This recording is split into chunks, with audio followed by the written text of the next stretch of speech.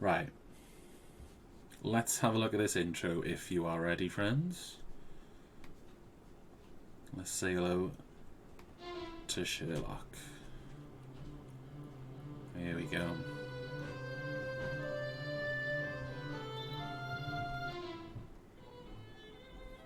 London is not a beautiful city.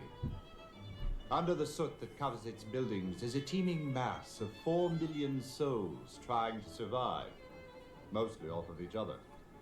You see it in the paper every day. Thankfully, we have the London Times to keep us informed of all these troubling activities with an unbiased eye and razor-sharp accuracy. We find this publication to be of invaluable assistance in our investigations, and I'm sure you will as well. At the start of any investigation, do keep in mind that it is a capital mistake to theorize before one has data. Unwittingly, one begins to twist facts to suit theories instead of theories to suit. The people and places to whom I will now introduce you will help us to collect the facts. May we use them wisely.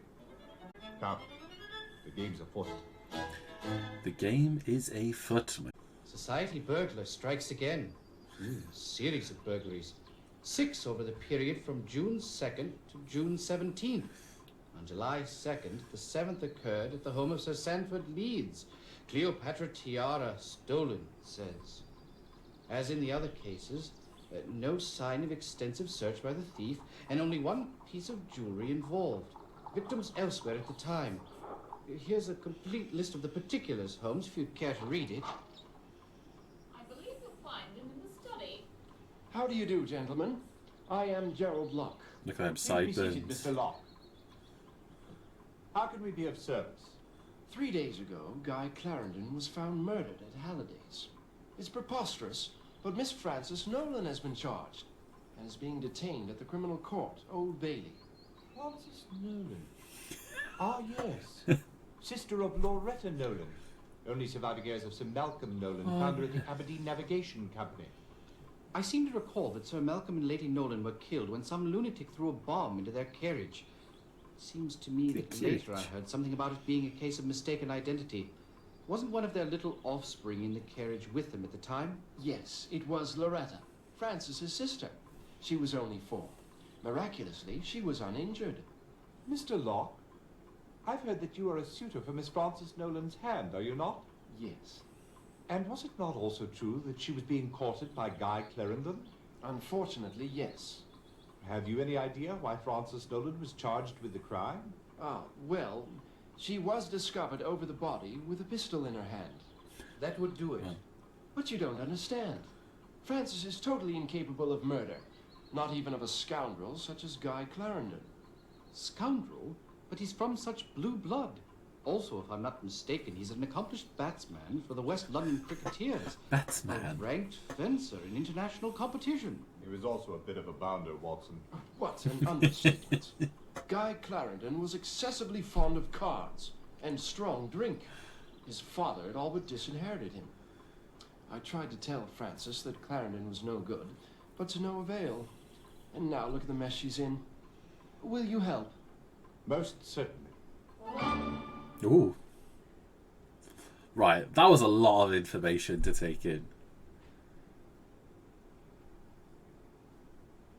So Locke is affianced or married to the woman who's being charged with murder, who was stood over the body with a gun in her hand, and the guy that she is meant to have killed was her lover / affair. Is that about right? Have I got all of that? Wow. We've got to go back to 19 June 26, I think. Births. See, now, this is one of those games probably where if you look, oh, think births, that's got nothing to do with absolutely anything. We're investigating a murder. But it could be, you know, these names. They could mean something like a lot to go through here. I don't think any of it is currently useful. Cholera, Italy and Zanzibar. Ottawa? They didn't really the ISCO till 1991. What's going on here? Goodness me. Society burglar still at large. That's been going on for weeks. To reform a House of Lords. Yeah, that's still happening, Phil.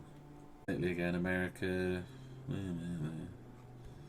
Okay, cool. We're all caught up on the news. Nothing. What's in the old notebook?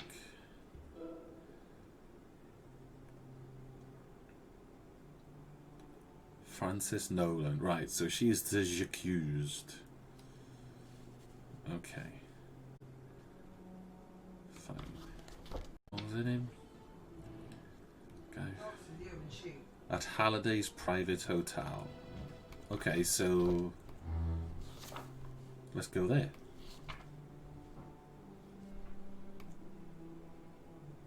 Shall we send the detectives? We can't send an irregular to do our job, first of all. Right, we're going. We are off to the hotel.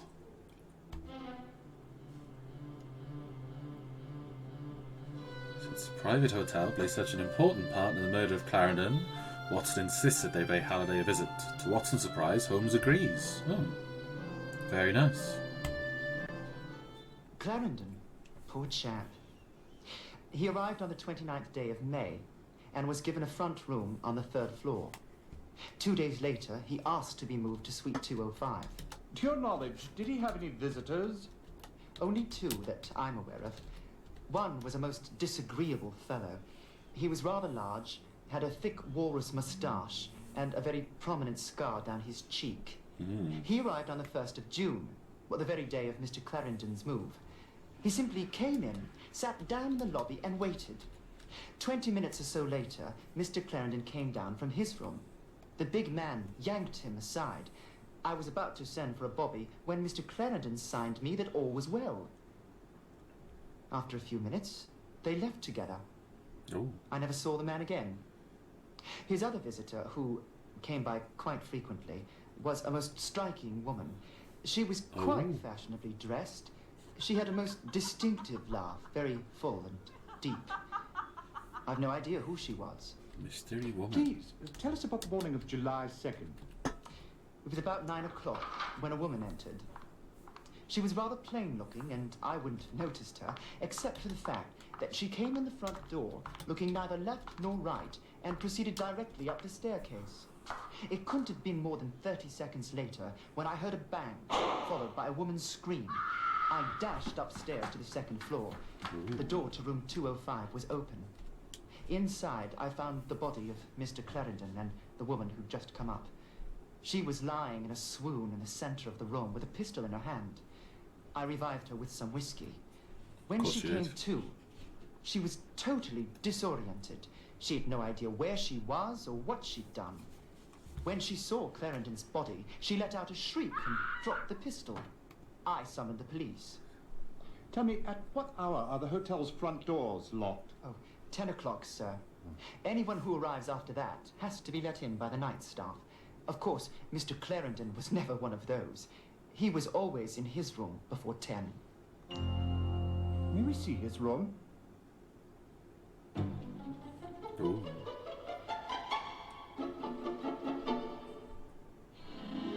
What have we here, Watson? Appears to be a bank statement. Ooh. Look here, Holmes.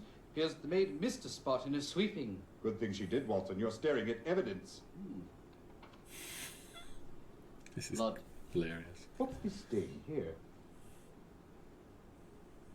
Smells like a fine sherry. Looks like someone's been celebrating. Question is, was it with the body or over it? Nothing much here. Couple of shirts and 3 pair of shoes. But what you failed to notice, my dear Watson, is that one of the pairs of shoes is canvas and has been dyed black. Interesting. A sweater and trousers. An ensemble in black. Not much of a view. All I can see is a brick wall of the building across the alley. Ivy vines binding up a trellis.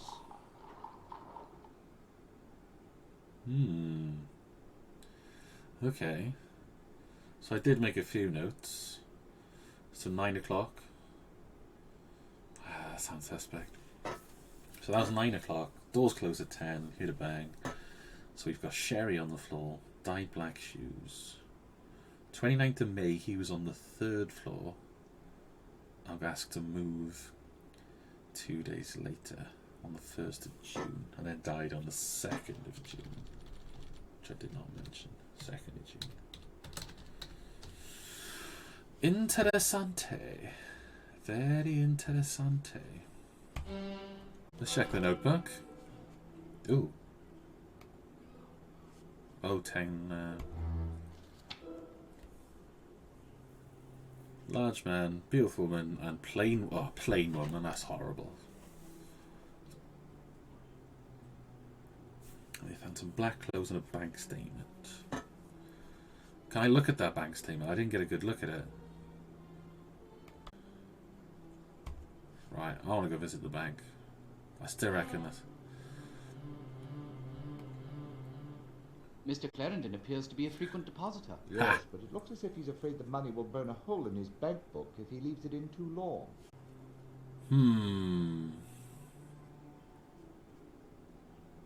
We could speak to Lestrade, see what Scotland Yard knows about it.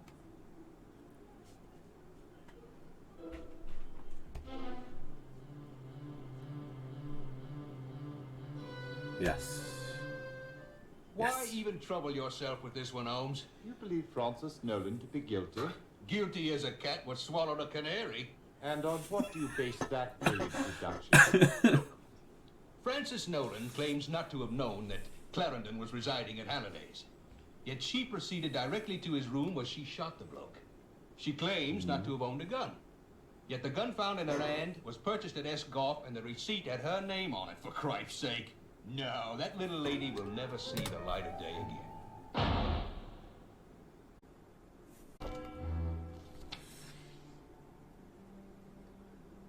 Esgoff.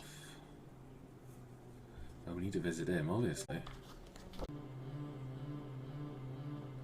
Let's go to Goff's. Do you remember a woman who came in recently and purchased a Derringer? Oh, matter of fact, I do, sir. We don't get women in here very often, especially not alone.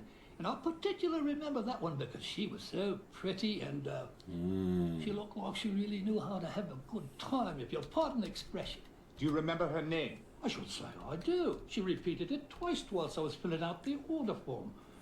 Seems like it was very important to her that I get her name right. Yes. You see, it was Francis Nor Les. Well, it was Francis something or other, sir. Who is this mystery woman?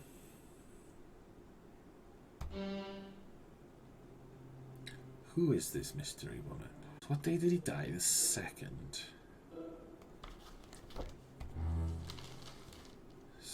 3rd of July. Go back to the 3rd of July.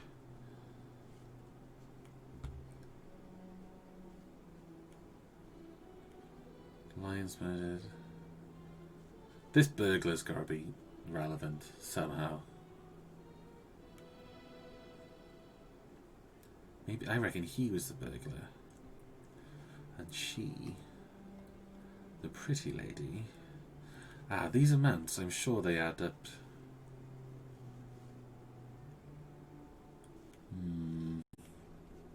Interesting. The pub, yes, if she was staying about, she might have been. Holmes says there is pubs.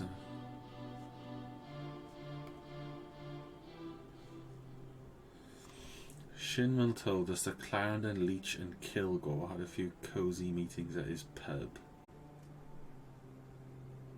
See, I need to make note of these names so I have no idea who those people are. Calvin Leach.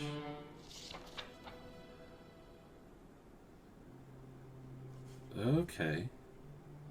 See? All linked. Read the papers. So he was definitely involved in the thefts. And someone got a bit greedy, maybe? Kilgore.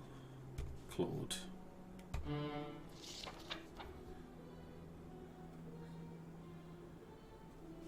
Okay.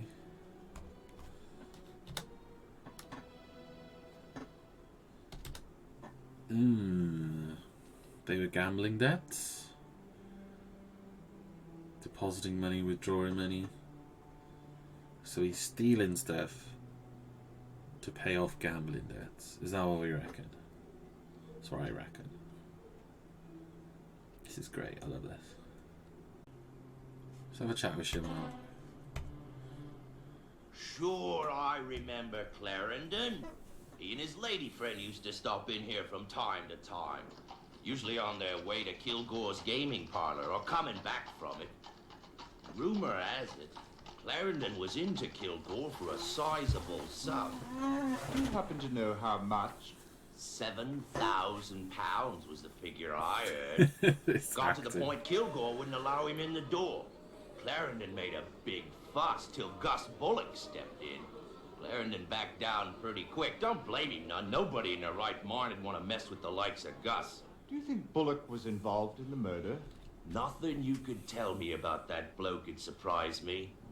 Anyways, Kilgore makes it clear to Clarendon that he wants his money. Then, a month or so later, Clarendon comes in all smiles. And he and Kilgore getting on like chums. Figure Clarendon must have paid him back. Then, Calvin Leach steps into the picture. Now, who's Calvin Leach? Leach deals in what you might call stolen property. Square dealer, too. Give you one half the value of the article. What does Leach have to do with Clarendon and Kilgore? Usually nothing at all. But there it is. Leach, Kilgore, and Clarendon meeting late at night just as thick as thieves. The meetings continued on right up to, well, the night before Clarendon's death. Very interesting. Now, we've been standing here jawing, and I don't recall hearing anybody order nothing. What'll it be, mate? Your chairs are up. You're not clearly serving.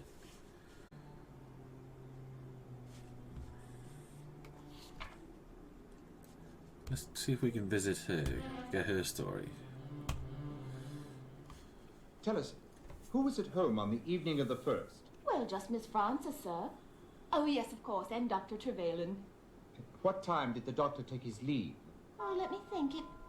It must have been 10 o'clock, because that's what time he always leaves. What did Miss Frances do after her guest left? What she does every evening, sir. Well, she asked for a cup of hot cocoa, which I brought her straight away. Then she read for a bit by the fire. Later, when I went up to bed, I passed her room and the light went out. What time would that have been? Oh, let me see. Oh, I know, it was 11:30 because the clock chimed. Then I went to sleep. Later, I was awakened in the middle of the night, right in the midst of the most peculiar dream. You see, I was barefoot and trying to buy a pair of shoes As and... fascinating as all this is, could we get back to what it was that awakened you? Oh, yes, of course. Well, it was something that I heard, or thought I heard. I listened for a bit, but that was the end of it, so I went to sleep again. Later, I awoke at 7:30. I always wake up at 7:30, except, of course, on Sundays, when I sleep until 8. As usual, Cheers, I began though. to prepare Miss Catch you in a Frances' bit. breakfast. I had no sooner gotten to the kitchen when I heard the front door open and close. Well, I ran to the front window and peeked out, and there was Miss Frances walking down the street. And why do you deem that so unusual? Well, she never leaves before she's eaten one of my currant buns.